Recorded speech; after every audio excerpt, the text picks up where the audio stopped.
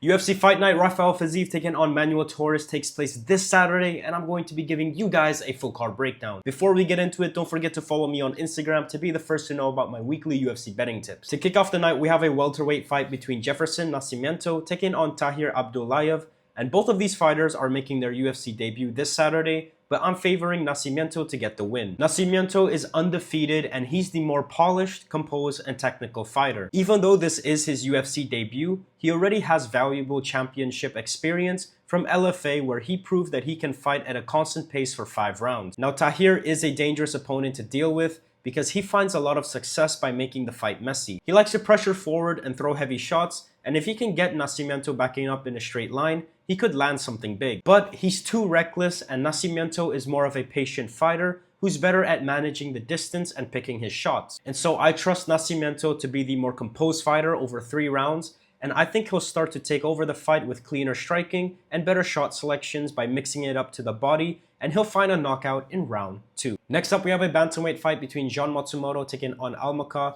and this is a fight where I was initially taking Matsumoto to win because of how well-rounded he is, but I switched picks and my official pick is Almakhan to get the win. One thing Matsumoto does well is fighting in the clinch. He's good at closing the distance and using those positions to slow his opponents down. From there, he'll usually look to turn the clinch into a takedown, whether it's by dragging them down, attacking the body lock, or just forcing them to defend until he can get the fight to the ground. Matsumoto is also a very technical striker who does a good job of throwing volume and staying active on the feet, but the major issue is that he doesn't have much power. He can most definitely win minutes by landing more shots and mixing up his attacks, but I don't think he has the type of power that's going to make Almakhan respect him or stop him from coming forward. Almakhan is the faster striker by far, and he clearly has the power advantage as well, with 10 of his wins coming by way of knockout. He's also not too bad in the sprawls, and he does have decent takedown defense, so I reckon he'll be able to stop Matsumoto's takedown attempts. I don't think that Almakhan will find the knockout because Matsumoto is pretty durable, and he'll probably be the one landing more volume throughout the fight. But I think that Almakhan will have the bigger moments, land the harder shots, and make the damage look more obvious to the judges. I reckon Matsumoto outlands him, but Almakhan wins a 29-28 unanimous decision. Next up, we have a welterweight fight between Donchenko taking on Theodor Berggren, where I'm favoring Daniil to get the win. Daniil is a very dangerous prospect because he starts off every fight very aggressive, and he already has 9 knockouts on his record. Usually, we would have to question the gas tank of these dangerous finishers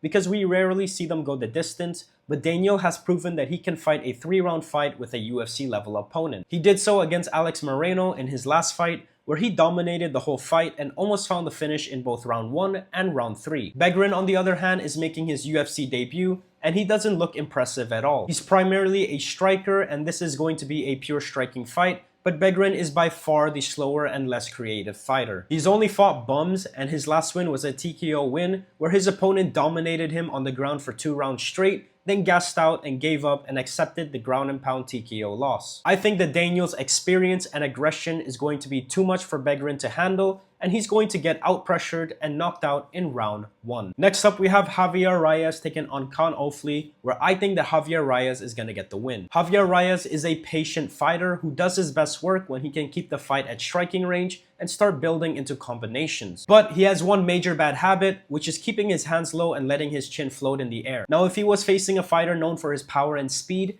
I wouldn't be so confident in Reyes, but Ofli prefers to wrestle and fight in the clinch. Now, Ofli isn't the worst striker, but the problem with him is he's either been knocked out or hurt badly in all of his fights, and I don't trust his durability. Also, if Ofli tries to bring this fight to the ground, Reyes is pretty dangerous there too, with 8 submission wins. Another benefiting factor for Reyes is that he has a lot of MMA experience, with 30 amateur fights and 28 professional fights. Somehow, Reyes always finds a way to find the finish, even when facing adversity, and I think that's due to his experience in the octagon. I reckon that he'll get stunned early, maybe even drop badly, but make a comeback win and find a knockout in round 2. Next up, we have a middleweight bout between Andrey Pulyaev taking on Ruziboev, where I think that Ruziboev is going to get the win. Both of these fighters are very tall and lanky for the middleweight division, but they both have different styles of fighting. Pulyaev likes to use his range to pick his shots from a distance and land kicks to the body. He usually sticks one punch and then moves, which means that he doesn't like to throw in long combinations. Ruziboev, on the other hand, is a very aggressive fighter who always tries to overwhelm his opponents with constant pressure and long combinations,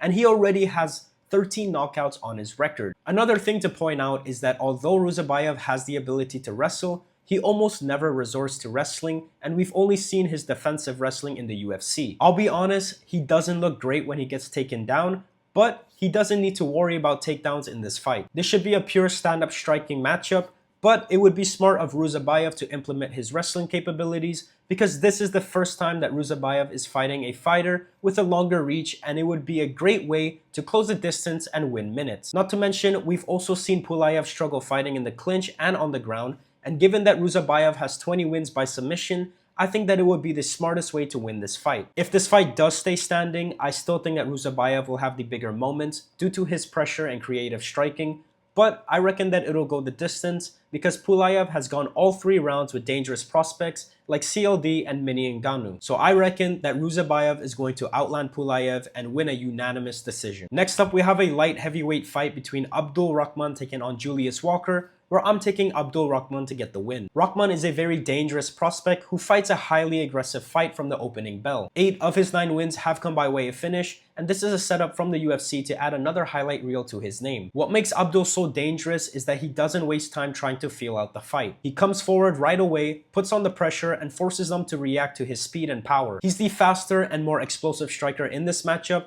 and Walker's best chance is to slow the pace down by initiating the wrestling and trying to get a takedown or fight within the clinch. But the problem is that Rahman is the more effective wrestler who's always threatening submissions. Walker can land a takedown and control positions, but he doesn't really threaten submissions or do a lot of damage from those spots. That's why I think this is such a bad matchup for Walker. If he keeps the fight standing, Rahman is the faster and more powerful striker, and we've seen Walker hurt badly in both of his UFC fights, so he'll more than likely get knocked out. And if Walker tries to wrestle, he's also putting himself in positions where Rahman can reverse him, take the back, and lock up a submission. I think that Rahman's going to find an easy finish in round 1, most likely being a knockout. Next up, we have a welterweight bout between Eric Nolan and Farman Hasonov, where I'm favoring Farman to get the win. Now, Farman is the less experienced MMA fighter with only 5 MMA fights, but to be honest, he looks like the better prospect in this matchup. His fighting style completely counters Nolan because Nolan likes to fight at a steady pace, while Farman prefers to come out swinging for the fences. Nolan has sneaky power in his left hook, and what I mean by that is that he doesn't seem to throw with much intent, but he still always manages to find the knockout. But the downside is that Nolan does struggle against wrestlers, and no, I'm not just saying that because he got dominated by Baysungur in his UFC debut, because Baysungur is a credible wrestler. But he usually does struggle when his opponents have the ability to mix things up, and that's exactly what Farman's going to do. I reckon that Farman's aggressive striking and pressure is going to allow him to land big shots, then shoot for a takedown and find a TKO via ground and pound in round 2. Just like that, we are on the main card of the evening where we have Michal or Michal taking on Magomedov, and I think that Michal is going to get the win. Abus looks like a promising prospect from the middleweight division, with his only losses in the UFC coming to Sean Strickland, Kai Barajo, and most recently Joe Pyfer. Abus will only win this fight if he goes straight to his strength, which is his wrestling. He's not a bad striker in general, but Michal is a phenomenal boxer who's able to constantly put on the pressure at a persistent pace for all 3 rounds, and he'll want to keep this fight standing at all costs. Abus's biggest weakness is his gas tank, and he tends to heavily slow down from round 2 and onwards. So if he keeps this fight standing, then Michal is just going to keep walking Abus down until he gasses out and gets TKO'd, which is exactly what happened in Abus's fight against Strickland. Michal does have the experience advantage, and he's been fighting in the UFC since 2017, and he's currently on a 3-fight winning streak. But the common problem in Michal's game is his lack of grappling abilities, and he's been submitted 4 times in the UFC. And this fight goes one of 2 ways. Either Michal is able to weather the early storm and find a TKO win when Abus slows down in round 3, or Abus is able to use his wrestling advantage to find a submission in early round 1. This fight will really determine if Abus is a fraud or not, and personally, I'm not going to bet on this fight, but I do think that Michal is going to find a TKO win when Abus slows down in round 2. Next up, we have a middleweight bout between Bruno Ferreira and Ikram Aliskerov, where I think that Aliskerov is going to get the win. Ikram is a very dangerous prospect from Dagestan who's only ever lost to Hamza Chimaev and Robert Whittaker. 3 of his 4 UFC wins have come by way of knockout in the first round, but what really impresses me is how well-rounded of a fighter he is. In his last fight against Junyoung Park, he dominated all 3 rounds by displaying his wrestling capabilities, and he showed that he's more than just a power puncher. The only concern is that Ikram seemed extremely exhausted in the 3rd round, and if Bruno Ferreira can survive the first 2 rounds, he's still live for the finish. Although Bruno rarely shoots for takedowns, he's pretty dangerous on the ground as well with 5 submission wins, and if Ikram shoots for sloppy takedowns in the 3rd round, Bruno can definitely flip the script and find a submission. There are 2 ways I could see Bruno winning this fight, and it's either to start off very aggressive and use his speed advantage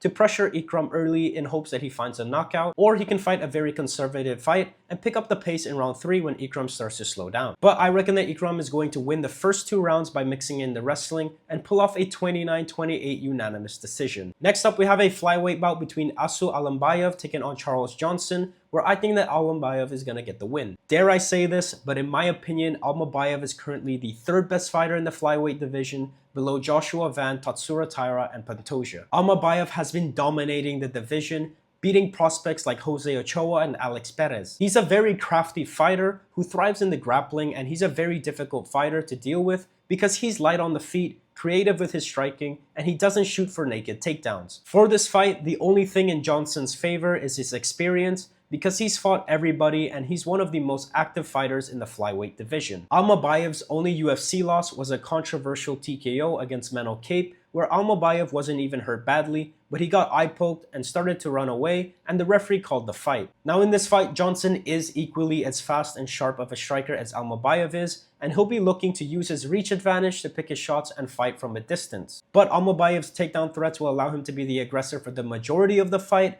and I think that this fight will play out similarly to Johnson's last fight against Bruno Silva. Johnson did win that fight via split decision, but it was most definitely a robbery where he looked hesitant to throw and got pressured against the fence for the entire fight. I could see the same story but different ending in this fight, with Almakhan winning a unanimous decision. Next up, we have a lightweight bout between Nazim Sadykhov taking on Mateus Camilo, where I think that Sadykhov is going to get the win. Both of these fighters are technical strikers, but Nazim is the cleaner and more dangerous technical fighter. Nazim does a good job at staying composed in the pocket, throwing sharp combinations, and biting down to trade shots. Camilo is also a great striker, and we're probably going to see a technical brawl between these two, which is where I'd favor Nazim to get the win. Camilo is still relatively new to the UFC, while Nazim has already fought 6 times in the UFC, where he dealt with adversity, pressure, damage, and momentum swings, and he's shown that he can still come up on top. Nazim is a real prospect who's already fought higher level opponents than Camilo, and his UFC experience is really going to benefit him in this fight. The concern with Nazim is that we've seen opponents have success with taking him down and putting him on his back. Camilo is mainly a striker,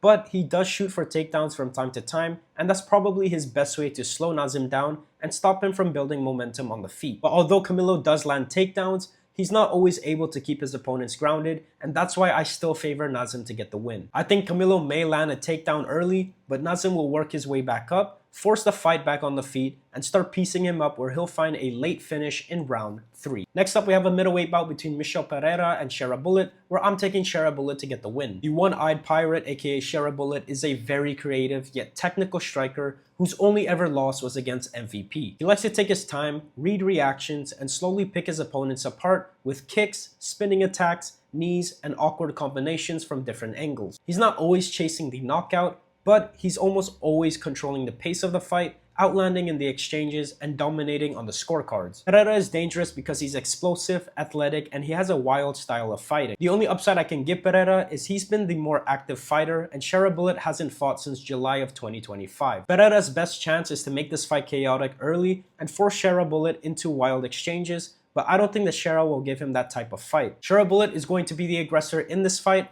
and Pereira is going to be fighting on the back foot, which is when he tends to be hesitant and has a hard time letting his hands go. Pereira has also been chinned a few times recently, while Sharabullet showed just how durable he is in his last fight, where he broke his nose in the 2nd round but still won a 30-27 unanimous decision. I think that Shara will slowly pick Pereira apart and win a clear unanimous decision. Just like that, we are in the main event of the evening, where we have Manuel Torres taking on Rafael Fiziev, and I'm going to be favoring Rafael Fiziev to get the win. Manuel Torres is one of the most underrated fighters in the lightweight division. He's pretty tall for the division, standing at 5'10", and he usually has a reach advantage in all of his fights. But unlike other rangy fighters, instead of picking his shots from the outside, he comes off very aggressive from the get-go, and all 5 of his UFC wins have come by way of finish in round 1. Although Torres hasn't fought the same level of competition that Fiziev has, it's not like he's been fighting bums either. He's beaten the likes of Drew Dober, Grant Dawson, and Chris Duncan, all in impressive fashion. This is definitely his hardest test yet, but Fiziev is a dangerous Muay Thai striker with a high fight IQ who's also very technical on the feet. And this fight is going to strictly be a stand-up fight,